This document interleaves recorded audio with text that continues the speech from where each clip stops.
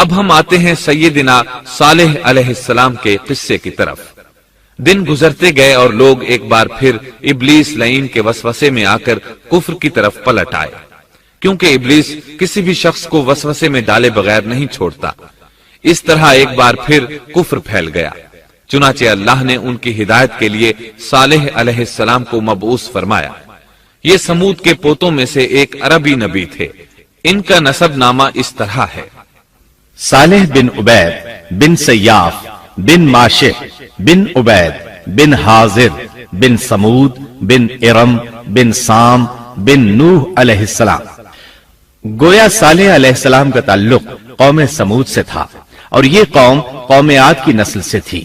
سمود کی قوم نے یمن کو خیر باد کہا اور جزیرے سے شمال کی طرف منتقل ہو گئے، پھر وہاں ہجر نامی ایک بستی میں جا ٹھہرے۔ قرآن کریم کی سورۃ الحجر اسی بستی کے نام سے موسوم ہے۔ قوم عاد کا تذکرہ سورۃ الحجر کے علاوہ سورۃ الاحقاف اور سورہ ہود میں بھی ہے۔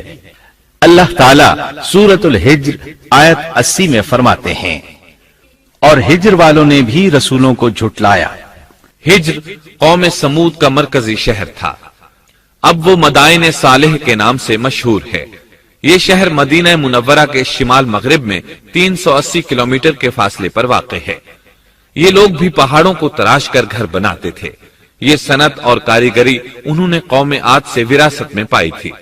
اللہ تعالیٰ سورۃ الفجر آیت 9 میں فرماتے ہیں: اور قوم سمود کے ساتھ کیا کیا جنہوں نے وادی میں بڑے بڑے پتھر تراشے تھے۔ قرآن مجید میں اللہ تعالیٰ ایک مقام پر فرماتے ہیں: اور ہم نے قوم عاد اور سمود کو غارت کیا جن کے بعض مکانات آپ کے سامنے ظاہر ہیں۔ ان کے مکانات ان کی تباہی سے لے کر اب تک موجود ہیں۔ شام کے راستے میں خیبر، تیما سے تبوک تک قوم سمود کے آثار پائے جاتے ہیں۔ یہ لوگ کس طرح پتھر تراش کر گھر بناتے تھے، اللہ تعالیٰ نے سورۃ الاعراف آیت 74 میں اس کا ذکر کیا ہے۔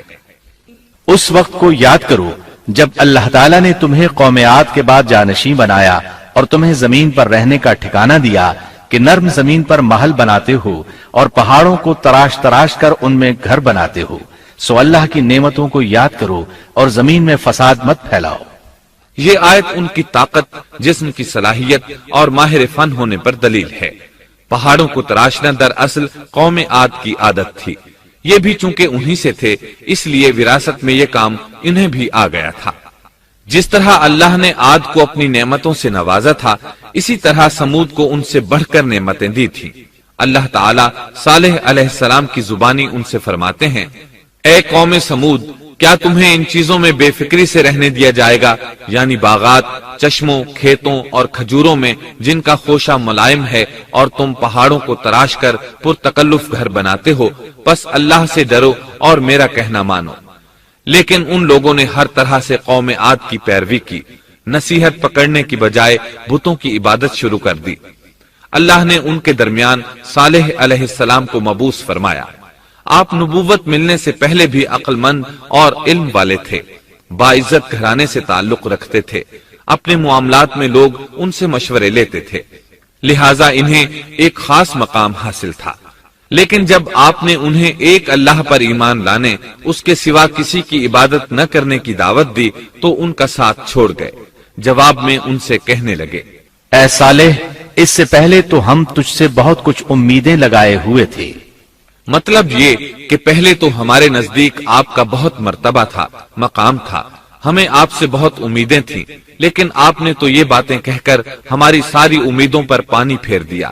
ان کے اس جواب کے باوجود صالح علیہ السلام انہیں اللہ کی طرف بلاتے رہے اور ان سے کہتے رہے: اے میری قوم، اللہ کی عبادت کرو، اس کے سوا تمہارا کوئی معبود نہیں۔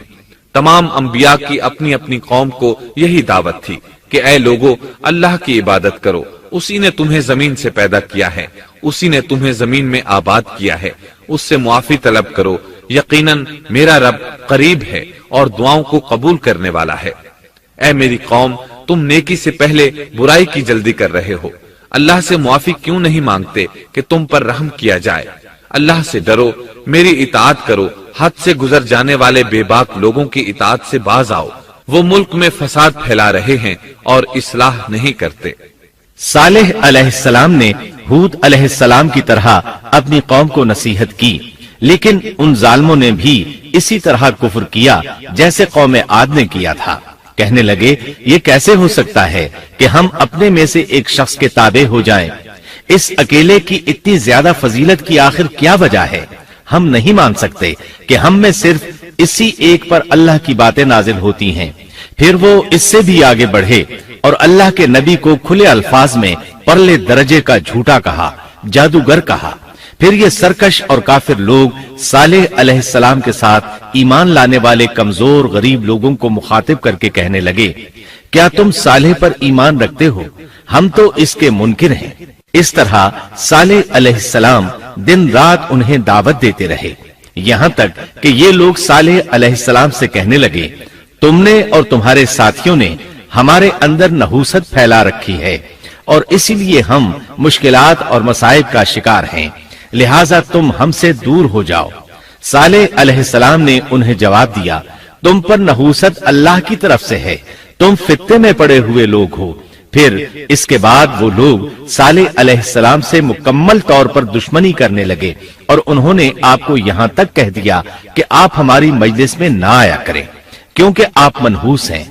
پھر بات یہاں تک پہنچی کہ صالح علیہ السلام نے انہیں اللہ کے عذاب سے ڈرایا، دھمکایا اور کہا، اے میری قوم کے لوگوں، ذرا بتلاؤ تو اگر میں اپنے رب کی طرف سے کسی مضبوط دلیل پر ہوا اور اس نے مجھے اپنے پاس سے رحمت عطا کی ہو، پھر میں نے اس کی نافرمانی کی، تو کون ہے جو اس کے مقابلے میں میری مدد کرے؟ تم تو میرا نقصان ہی بڑھا رہے ہو۔ یعنی فرض کرو اگر میں حق پر ہوا اور یقیناً میں حق پر ہوں اور اللہ تعالیٰ نے مجھے اپنی نبوت سے بھی نوازا ہے، پھر بھی میں تمہاری باتوں میں آ کر اس کی نافرمانی کروں تو بلا شبہ اس وقت میں گھاٹے میں ہوں گا اور تم بھی خسارہ پانے والے ہوگے۔ اس پر وہ ظالم لوگ مقابلے پر اتر آئے، کہنے لگے، اگر تو سچا ہے تو کوئی معجزہ لے آ، لیکن وہ معجزہ ہماری مرضی کے مطابق ہو، اس صورت میں ہم ضرور ایمان لے آئیں گے۔ آپ ایسا کریں کہ بستی کے کنارے پتھریلی چٹان میں سے دودھ دینے والی 10 ماہ کی حاملہ اونٹنی نکالیں، اس کا رنگ سرخ ہو۔ صالح علیہ السلام سے یہ مطالبہ کر کے وہ سردار لوگ ایک طرف بیٹھ گئے اور مذاق اڑانے لگے۔ ایک کہنے لگا اونٹنی 10 ماہ کی ہو، حاملہ ہو، دوسرا کہنے لگا لازمی طور پر اس کا رنگ سرخ ہو، پھر ایک تیسرا سردار بولا اس کی کھال پر بہت زیادہ اون ہو، چوتھا بولا موٹی تازی ہو، ہم نے پہلے اس قسم کی اونٹنی دیکھی نہ ہو، پانچواں بولا وہ اتنی بڑی ہو کہ اکیلی ایک دن تمام کنویں کا پانی پی جائے اور دوسرے روز ہم پیئیں۔ یہ لوگ اسی طرح مذاق اڑا رہے تھے کہ صالح علیہ السلام نے ان سے کہا، اگر تمہاری مطلوبہ اونٹنی تمہیں مل جائے تو کیا تم ایمان لے آؤ گے؟ سب نے مل کر کہا، ہاں ضرور لے آئیں گے۔ صالح علیہ السلام نے فرمایا، تب تم ایک دن سب لوگوں کو جمع کر لو۔ مقررہ دن وہ لوگ جمع ہو گئے۔ ان کی موجودگی میں صالح علیہ السلام نے اللہ سے دعا کی، زمین پر زلزلہ طاری ہوا، ان کی آنکھوں کے سامنے چٹان پھٹی اور اس سے بالکل ویسی ہی اونٹنی نکلی جیسا کہ ان کا مطالبہ تھا۔ انہوں نے اپنی زندگی میں ایسی اونٹنی کبھی نہیں دیکھی تھی، اس میں وہ تمام صفات موجود تھیں جن کا ذکر ان لوگوں نے کیا تھا۔ اللہ تعالیٰ صالح علیہ السلام کی زبانی سورہ ہود آیت 64 میں فرماتے ہیں، اے میری قوم، یہ اللہ کی بھیجی ہوئی اونٹنی ہے، یہ تمہارے لیے ایک معجزہ ہے، اب تم اسے اللہ کی زمین میں کھاتی ہوئی چھوڑ دو اور اسے کسی طرح کی تکلیف نہ پہنچاؤ، ورنہ فوری عذاب تمہیں آ پکڑے گا۔ اس اونٹنی کو چونکہ کسی اونٹنی نے جنم نہیں دیا تھا، اس لیے اس کو ناقۃ اللہ یعنی اللہ کی اونٹنی کہا گیا۔ پھر صالح علیہ السلام نے فرمایا، لوگو سن لو، ایک دن یہ اونٹنی پانی پیے گی، ایک دن تم پیو گے، تم میں سے کوئی اسے تکلیف نہ پہنچائے، ورنہ اللہ کا بدترین عذاب تم پر نازل ہوگا۔ سورۃ القمر میں اللہ فرماتے ہیں، بے شک ہم اونٹنی کو ان کے لیے آزمائش بنا کر بھیج رہے ہیں، تم صبر کے ساتھ ان کے انجام کا انتظار کرو۔ اس نشانی کے ظہور کے بعد اللہ تعالیٰ نے صالح علیہ السلام کو مخاطب کر کے فرمایا، تم اب دیکھتے رہو کہ ان کا انجام کیا ہوتا ہے، ان کی سختیوں پر صبر کرو، ان سے کہہ دو کہ پانی پر ایک دن ان کا اختیار ہوگا اور ایک دن اس اونٹنی کا،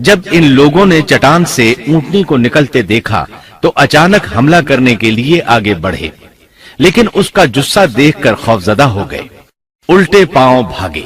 بدبخت قدار نے اپنے ساتھیوں کی یہ حالت دیکھی تو ہنس پڑا اور آگے بڑھ کر اونٹنی کی ران میں تیر مارا۔ اس سے اونٹنی کی ران کی ہڈی ٹوٹ گئی اور وہ نیچے گر گئی۔ پھر اس ظالم نے اپنے ساتھیوں کو آواز دی اور آگے بڑھ کر اونٹنی کی کونچیں کاٹ دی۔ سورۃ الشمس میں اللہ تعالیٰ فرماتے ہیں، ان لوگوں نے اپنے پیغمبر کو جھوٹا سمجھ کر اس اونٹنی کی کونچیں کاٹ دی، پس ان کے رب نے ان کے گناہوں کے باعث ان پر ہلاکت ڈالی اور پھر ہلاکت کو عام کر دیا اور اس بستی کو برباد کر دیا۔ اونٹنی کی کونچیں کاٹ دیے جانے کے بارے میں اللہ تعالیٰ ایک دوسرے مقام پر فرماتے ہیں کہ پس انہوں نے اونٹنی کو مار ڈالا اور اپنے پروردگار کے حکم سے سرتابی کی اور کہنے لگے، اے صالح، جن عذابوں سے تو ہمیں دھمکاتا رہتا تھا، اگر تو واقعی پیغمبر ہے تو ان عذابوں کو ہم پر نازل کرا دے۔ اونٹنی پر حملہ ہوتے ہی اس کا بچہ بھاگ نکلا تھا۔ وہ پہاڑ کی چوٹی پر چڑھ گیا، 3 مرتبہ بلبلایا۔ یہ بدبخت اس کے پیچھے بھاگے اور آخر اسے بھی قتل کر دیا۔ پھر تمام بستی والے جمع ہوئے، اونٹنی اور اس کے بچے کا گوشت تیار کیا اور مزے کے ساتھ اس کو کھایا۔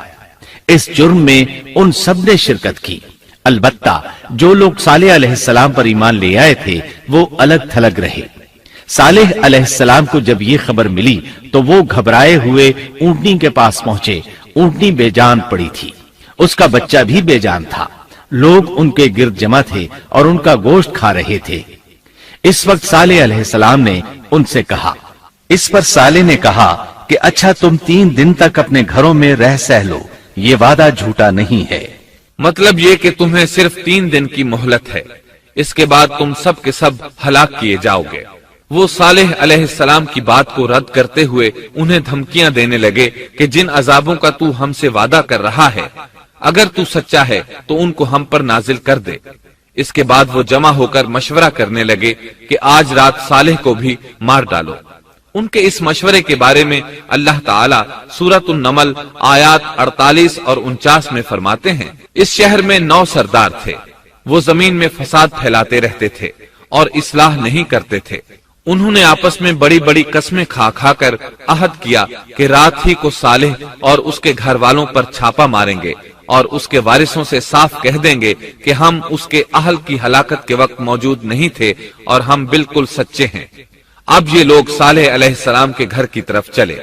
اللہ تعالیٰ سورۃ النمل آیات 50 اور 51 میں فرماتے ہیں، اور انہوں نے ایک داؤ کھیلا، سو ہم نے بھی ایک ایسا داؤ کھیلا کہ انہیں خبر بھی نہ ہوئی۔ پھر دیکھو کہ ان کے داؤ کا کیا انجام ہوا، ہم نے انہیں اور ان کی ساری قوم کو ہلاک کر دیا۔ صالح علیہ السلام کا گھر پہاڑ کی بلندی پر تھا۔ یہ فسادی لوگ ابھی اوپر چڑھ رہے تھے کہ زمین حرکت کرنے لگی۔ ایک چٹان اوپر سے لڑھکتی ہوئی آئی اور ان تمام کو پیس کر رکھ دیا۔ ان 9 فسادی لوگوں کی ہلاکت کے ساتھ ہی اللہ کے عذاب کی ابتدا ہو چکی تھی۔ چنانچہ صالح علیہ السلام نے اپنے ساتھیوں کے ساتھ اس بستی کو چھوڑ دیا، یعنی وہ ہجر کے علاقے سے نکل گئے۔ صبح ہوئی تو لوگوں نے ایک عجیب منظر دیکھا۔ قوم سمود کے تمام لوگوں کے چہرے زرد پڑ چکے تھے، وہ سب رونے لگے کیونکہ عذاب کے آثار شروع ہو چکے تھے۔ دوسرے دن تمام لوگوں کے چہرے آگ کی طرح سرخ ہو گئے اور تیسرے دن تمام کے چہرے سیاہ ہو چکے تھے۔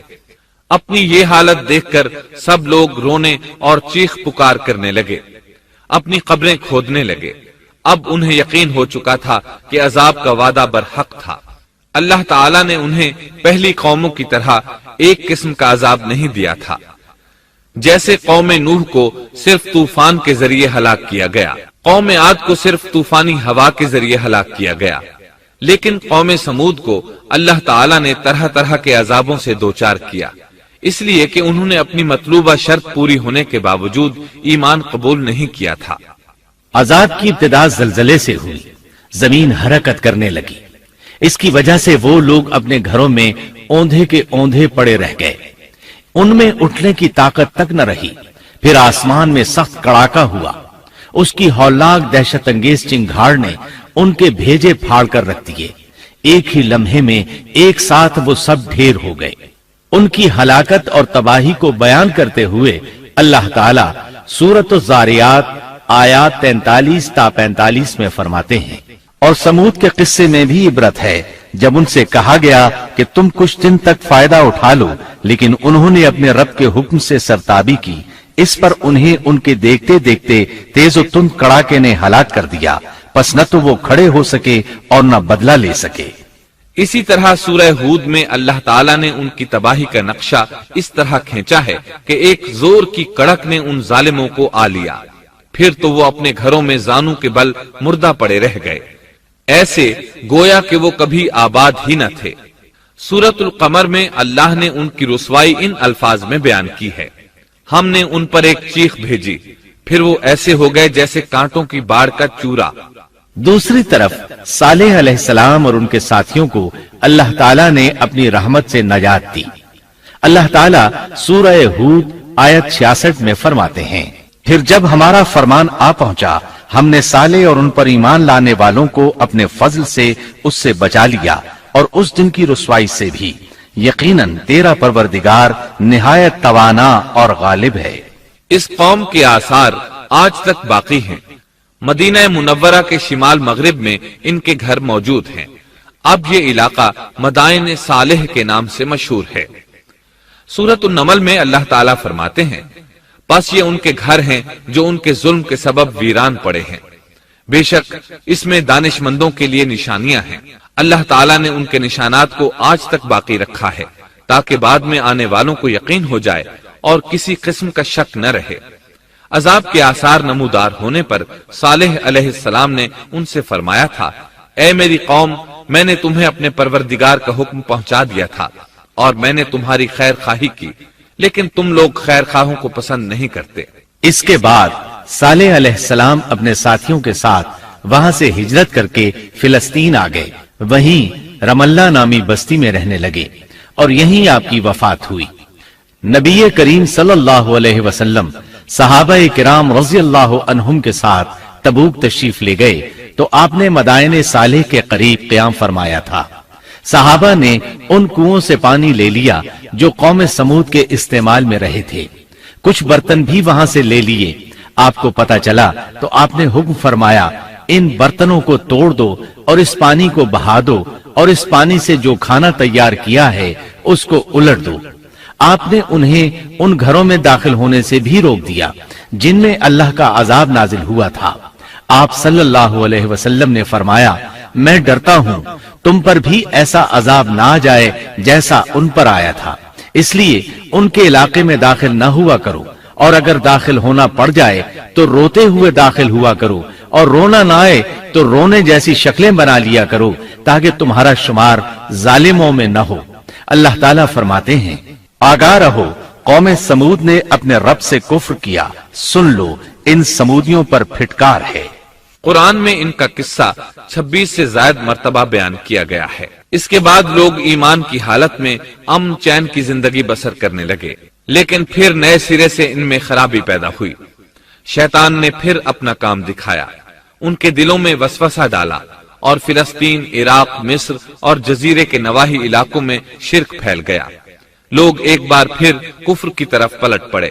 اس پورے قصے میں چند عبرتیں ہیں، آئیے ذرا ان کا بھی ذکر ہو جائے۔ اللہ تعالیٰ کی اونٹنی اگرچہ سیدنا صالح علیہ السلام کی نبوت کا ایک نشان تھی، ان کی سچائی کا ثبوت تھی، لیکن قرآن کریم کی وضاحت یہ ہے کہ وہ قوم سمود کی آزمائش کے لیے تھی اور وہی ان کی ہلاکت کا نشان ثابت ہوئی، جیسا کہ سورۃ القمر میں اللہ تعالیٰ فرماتے ہیں، بے شک ہم اونٹنی کو ان کی آزمائش اور امتحان کے لیے بھیجنے والے ہیں، پس تو ان کے انتظار میں رہ اور صبر اختیار کر۔ سنت اللہ یہ رہی ہے کہ اگر وہ اپنے پیغمبر کو کسی قوم کی ہدایت کے لیے بھیجے اور قوم اس کی ہدایت پر کان نہ دھرے تو ضروری نہیں کہ وہ قوم ہلاک کر دی جائے، لیکن جو قوم اپنے نبی سے اس وعدے پر نشان طلب کرے کہ اگر ان کا مطلوبہ نشان ظاہر ہو گیا تو وہ ایمان لے آئیں گے، اور پھر نشان آ جانے کے بعد وہ ایمان نہ لائے تو اس قوم کی ہلاکت یقینی ہے۔ اللہ تعالیٰ پھر اس قوم کو معاف نہیں کرتے جب تک کہ وہ تائب نہ ہو جائے اور اللہ کے دین کو قبول نہ کرے۔ یا عذاب الہی سے صفائے ہستی سے مٹ کر دوسروں کے لیے عبرت کا نشان بن جائے۔ لیکن اس سنت سے نبی کریم صلی اللہ علیہ وسلم کی امت مستثنا ہے، اس لیے کہ آپ صلی اللہ علیہ وسلم نے وضاحت فرمائی ہے، میں نے اللہ تعالیٰ سے دعا مانگی ہے کہ اللہ تعالیٰ میری امت میں عذاب عام مسلط نہ فرمائے، اور اللہ نے میری دعا قبول فرما لی۔ قرآن میں اللہ تعالیٰ نے نبی کریم صلی اللہ علیہ وسلم کی اس بات کی یوں تصدیق کی ہے، اے رسول، اس حال میں کہ تو ان میں موجود ہے، اللہ تعالیٰ ان کافروں پر عذاب مسلط نہیں کرے گا۔ اور یہ ایک خطرناک غلطی ہے، نفس کا دھوکہ ہے کہ انسان عیش و عشرت اور دنیاوی جاہ و جلال کو دیکھ کر یہ خیال کر بیٹھے، یہ گمان کر لے کہ جس قوم یا فرد کے پاس یہ سب کچھ موجود ہے وہ ضرور اللہ تعالیٰ کے سائے میں ہے، اور یہ کہ ان کی یہ خوش عیشی اس بات کی علامت ہے کہ اللہ تعالیٰ کی خوشنودی ان کے ساتھ ہے۔ یہ نفس کا دھوکہ ہے، غلط فہمی ہے، بلکہ کج فہمی ہے۔ قرآن کریم کے اس واقعے میں جگہ جگہ اس بات کی وضاحت ہے کہ بعض اوقات زیادہ سے زیادہ خوش عیشی زیادہ سے زیادہ عذاب کا پیش خیمہ ثابت ہوتی ہے، اگرچہ قوموں کے لیے اس کی مدت چند ماہ یا چند سال نہیں بلکہ گھبرا دینے والی مدت ہی کیوں نہ ہو، مگر ہر قسم کی دنیاوی کامیابیوں اور خوش عیشیوں کے ساتھ جب ظلم، سرکشی اور غرور کسی قوم کا مستقل شعار بن جائے تو سمجھ لو اس کی تباہی اور ہلاکت کا وقت قریب آ پہنچا۔